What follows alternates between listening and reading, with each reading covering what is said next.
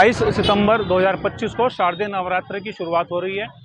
आप यहाँ देख सकते हैं कि मेरे पीछे कि इस वक्त शारदीय नवरात्र के लिए भक्त लोग दुकानों में आए हुए हैं और अपनी कल जो नवरात्र के 9 दिन में माँ के जो 9 स्वरूप हैं, उन 9 स्वरूप की लोग आराधना करेंगे, पूजा करेंगे और 9 दिन लगातार पूजा करने के लिए भक्त लोग यहाँ दुकानों पर आए हुए हैं।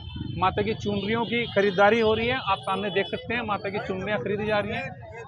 जयफल है, पूजा का सारा सामान है और ये जो आप यहाँ ये पात्र देख रहे हैं, इन पात्र में कल जब घट स्थापना होगी तो घट स्थापना के समय में यहाँ पर इसमें जो बोए जाते हैं, जो उन जौं को डाला जाएगा। रविवार का दिन होने के बाद भी श्रद्धालु लोग अपना समय निकाल करके जो है वो यहाँ पर आए हुए हैं, ताकि जो है यहाँ कल उनको खरीदारी ना करनी पड़े और कल सुबह में ही जो है वो अपने अपने घर में माँ की पूजा और आराधना करके जो है वो अपनी पूजा आरंभ कर सकें।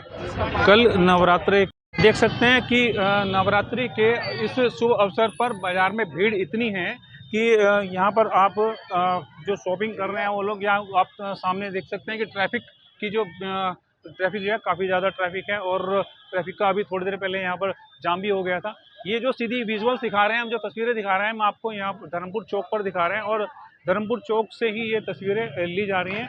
आप देख सकते हैं कि रात के लगभग 8 बजे हैं इस समय और 8 बजे के समय में भी लोग यहाँ पर अपनी शॉपिंग कर रहे हैं और शॉपिंग करके कल नवरात्रि का जो त्यौहार है उस त्यौहार को मनाएंगे लोग बाग। यहाँ आप देख सकते हैं लंबी कतारें लोगों की लगी हैं। आप तस्वीरों में देख सकते हैं, तस्वीरें आपको बता सकती हैं कि कितना भीड़ है इस समय बाजार में कल नवरात्रि के शुभ अवसर को लेकर के। ये जो भीड़ है इसको आप मेरे नज़र से अगर देखें तो ये भीड़ नहीं है, ये एक आस्था का सैलाब है जिसमें कि पूरे साल भक्त लोगों को जो है इन नवरात्रों के दिनों का इंतज़ार रहता है और नवरात्रों के दिनों में जो है लोग माँ के 9 स्वरूपों की आराधना करते हैं, उनकी उपासना करते हैं और माँ से ये उम्मीद रखते हैं कि इन नवरात्रों में जब भक्त और श्रद्धालु अपनी माँ को मना रहे हैं तो माँ उनको जो है इसका एक बहुत सुंदर जो है वो फल देगी और उस ही आशा के आधार पर लोग श्रद्धालु और सनातनी फिर जो आने वाला नया वर्ष है नवरात्रि का, उसकी इंतज़ार करते हैं ताकि जो है फिर से माँ का आगमन हो, माँ के चरण भक्तों के घर में पड़े, फिर से जो है उन भक्त लोग माँ की जो है वो पूजा आराधना करें, अर्चना करें और फिर उसी हिसाब से जो है माँ को ध्याएं, माँ उनको फल दें, आशीर्वाद दें और ताकि उनका जीवन जो है वो सफल बने। अपने घर में माँ की प्रतिमा को विराजमान करेंगे।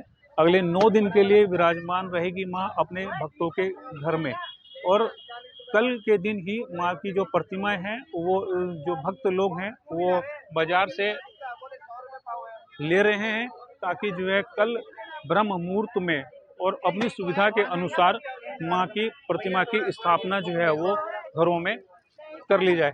ये आप देख सकते हैं कि सामने आपके माँ के अलग अलग स्वरूप की प्रतिमाएं रखी हुई हैं।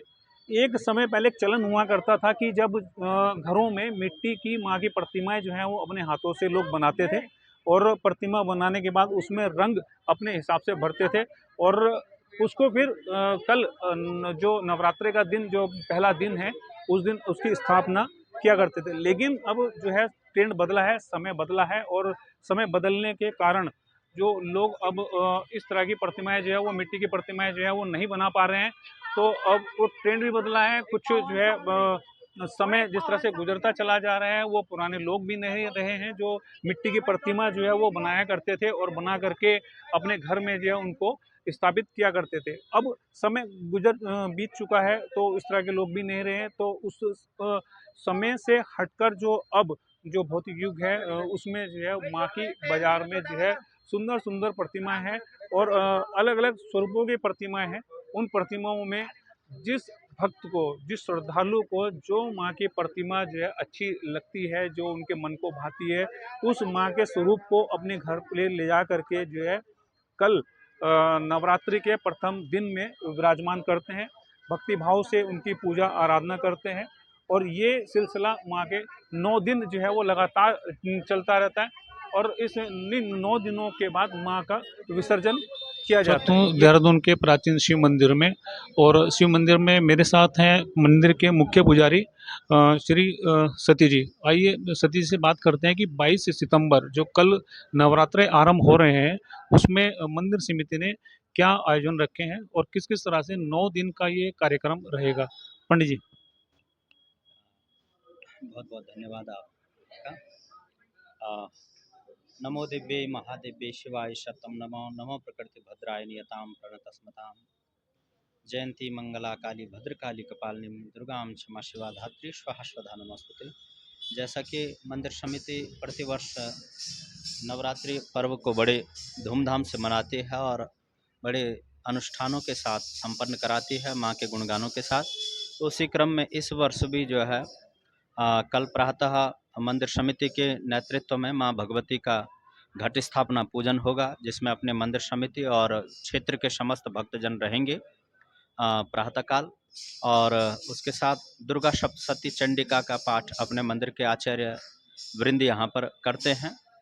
और सायंकालीन को इस बार मंदिर समिति ने यह रखा है कि 9 के 9 दिन माँ भगवती का गुणगान रखा जाएगा 6 बजे से और 9 बजे तक, जिसमें बड़े बड़े संगीतकार आएंगे, माँ भगवती का गुणगान गाएंगे और बड़े हर्ष और उल्लास के साथ इन नवरात्रों को मनाएंगे। इसमें पंडित जी बहुत सारे लोगों का ये सवाल रहता है कि नवरात्रे आरंभ हो रहे हैं और तो उसमें घट स्थापना का क्या समय रहेगा। जैसा कि घट स्थापना का इस बार का शुभ मुहूर्त प्रातः 6 बजे से और 8 बजे तक का है, प्रथम जो प्रहर का पूजन है। और जो शुभ अभिजित मुहूर्त है वो प्रातः काल अपना 10 बजे से और दोपहर 1:15 तक का है। तो 2 चरणों में मतलब पूजन होगा। कुछ प्रातः काल वाले शुभ मुहूर्त में करेंगे, कुछ मध्याह्न काल 10 बजे से और 1 बजे 2 बजे तक होता रहेगा माँ भगवती का घट स्थापना पूजन। इसमें बहुत सारे भक्तों का ये भी रहता है कि नवरात्रे आरंभ हुए हैं, बड़ा थोड़ा सा कन्फ्यूजन सा भी उनको रहता है कि नवरात्र में कि किन किन बातों का विशेष ध्यान रखा जाए, पूजा के समय में क्या विशेष ऐसा करें कि उनको नवरात्रे के 9 दिन का पूरा पूरा फल उनको मिले। तो इसमें थोड़ा सा संक्षेप में बता दें, क्योंकि आजकल की भागदौड़ भरी ज़िंदगी है तो लोग इतना ज़्यादा ध्यान नहीं दे पाते और उसमें बड़ा कन्फ्यूजन सा बना रहता है, तो उसके बारे में कुछ बता दें।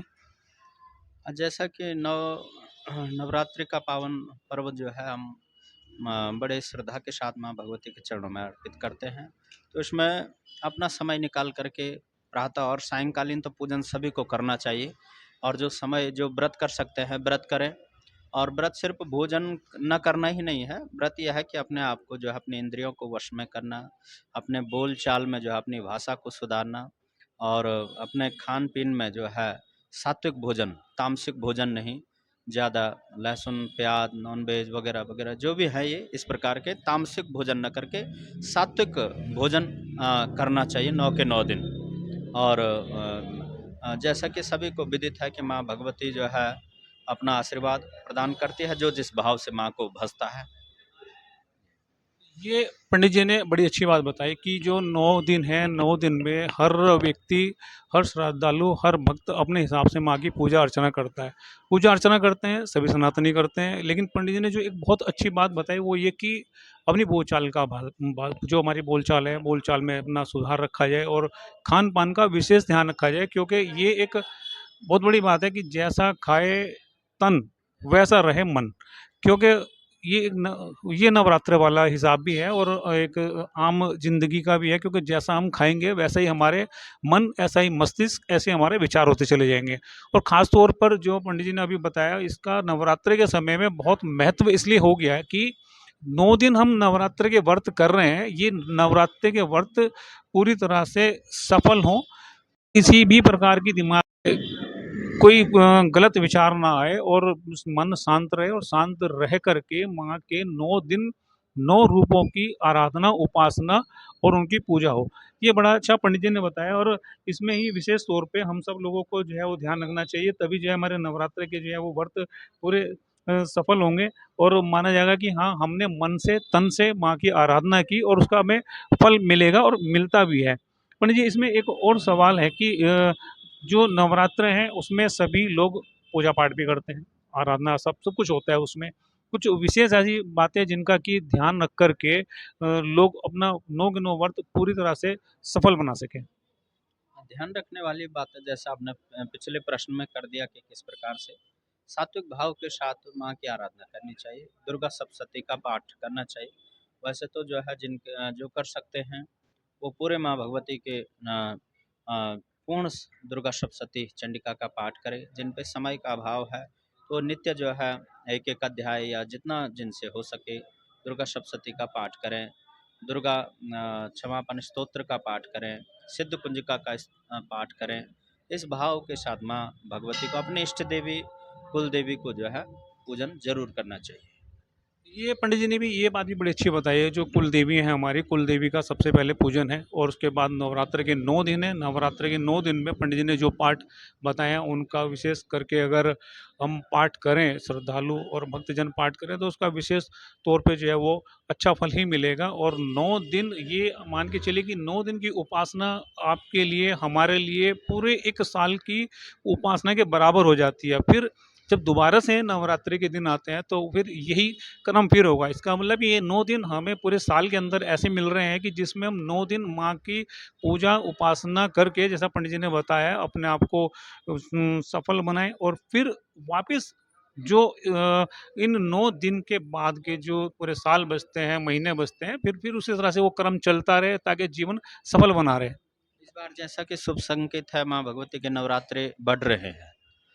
इस बार 10 दिन के पूरे नवरात्रे हो रहे हैं, 11वां दिन जो है दशहरा हो रहा है, तो शुभ संकेत है। इसमें जो तीसरा नवरात्र है वो 2 दिन आ रहे हैं, तो अच्छा है, माँ भगवती का आशीर्वाद ही समझें इसको। हाँ, हमारे सनातन धर्म में ये बहुत अच्छी बात मानी जाती है कि जैसे अभी पंडित जी ने भी बताया कि नवरात्र का बढ़ना वो बहुत शुभ माना जाता है, और जो श्राद्ध होते हैं उसका घटना जो है वो बहुत सही माना जाए कि श्राद्ध घटा है और नवरात्रे बढ़ा है। पंडित जी एक आखिरी सवाल है बस, क्योंकि नवरात्रे का है अवसर और 9 दिन हम सनातनी लोग पूरा भारतवर्ष धूमधाम के साथ नवरात्रे मनाएगा। पंडित जी ने जैसा बताया भी है अभी कि मंदिर में 9 दिन जो है वो सब कार्यक्रम यहाँ पर चलेंगे और भजन कीर्तन संध्या, जो भजन संध्या है वो भी यहाँ पर होगी। पंडित जी इसमें एक बड़ा अच्छा सा सवाल है कि ये है कि 9 दिन हम लोग माँ की आराधना करते हैं, सभी लोग सनातनी लोग सभी करते हैं। अब 9 दिन करने के बाद माँ को हमने मनाया, माँ को धाया, फिर उसके बाद समाज में जो है आप देख ही रहे हैं प्रचलन, इन चीज़ों का प्रचलन है, बहुत सारी चीज़ों का है। तो उसमें इन 9 दिन के अलावा हम सनातनी, हम लोग ऐसा क्या करें और किन बातों का विशेष ध्यान रखें कि जो समाज में एक इन नवरात्रि का सीधा-सीधा सा अच्छा संदेश जाए? नवरात्रि का यह संदेश है कि हम कन्याओं का जो है, जो आज भ्रूण हत्या हो रही है, उस उसको न करें। कन्याओं को जो एक अब तो लोग जागरूक हो गए हैं, कन्याओं बेटे और बेटी में कोई अंतर नहीं समझ रहे हैं। ये सबसे जागृति हुई है, और जो कन्या है वो कल के दिन जो है बहन बनेगी, है ना। बहन का भी है, तो कल के दिन जो है किस माँ है, तो कन्या से तो सृष्टि है ना। तो इस नवरात्रि से माँ भगवती के चरणों में यही प्रार्थना है कि कन्याएं सबके घर में हों और कन्याओं का खूब आदर और सम्मान हो, है ना। यही लेकिन बस ये सीधी-सी बात है कि अगर नवरात्रि का शुभ अवसर चल रहा है ना? उसमें अगर कन्या ही नहीं होंगी तो कन्या पूजन ही नहीं होगा। ये प्रथा धीरे-धीरे करके जो है फिर वो समाप्त होती चली जाएगी और मूल जो है माँ आदि शक्ति का जो रूप माना गया वो कन्याओं को ही माना गया है। जैसा कि इस बार अपने मंदिर समिति ने एक पिछली बार भी पिछले वर्षों से करते आए हैं। पहले हमने 51 कन्याओं का वो किया, तो बढ़ती गई। पिछली बार हमने 101 कन्याओं का पूजन किया, बढ़ती गई। इस बार हमारे जो मंदिर समिति ने आयोजन रखा है, तो वो 121 कन्याओं का पूजन, अपने सामूहिक पूजन रखा हुआ है, जो कि माँ की चौकी होगी उसी से पहले हम 29 तारीख को सायंकाल जो है 121 कन्याओं का पूजन मंदिर समिति के नेतृत्व में, तत्वाधान में अपने समस्त क्षेत्र की कन्याओं का किया जाएगा। तो ये भी एक जो है मंदिर समिति का बहुत बड़ा अ, संदेश है समाज के लिए। जी। ये प्राचीन शिव मंदिर देहरादून में सीधी बात हो रही है आचार्य हमारे जो सती जी हैं उनके साथ। और मैं आशा करता हूं कि हमारे न्यूज़ चैनल न्यूज़ अपडेट के माध्यम से और चैनल सनातन सार आरएसके के माध्यम से ये संदेश जाएगा समाज तक, सनातन धर्म तक, पूरी दुनिया तक।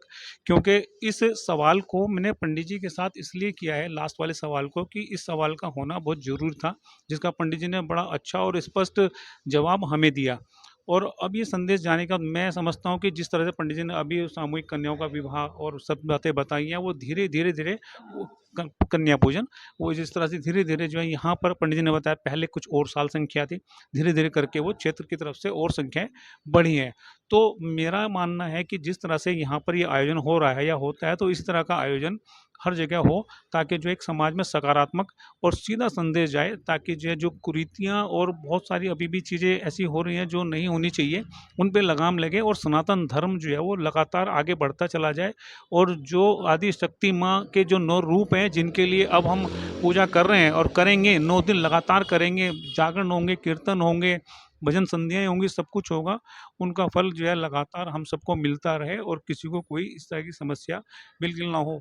और न्यूज़ अपडेट इस वक्त जो बात कर रहे हैं वो आचार्य सती जी के साथ कर रहे हैं।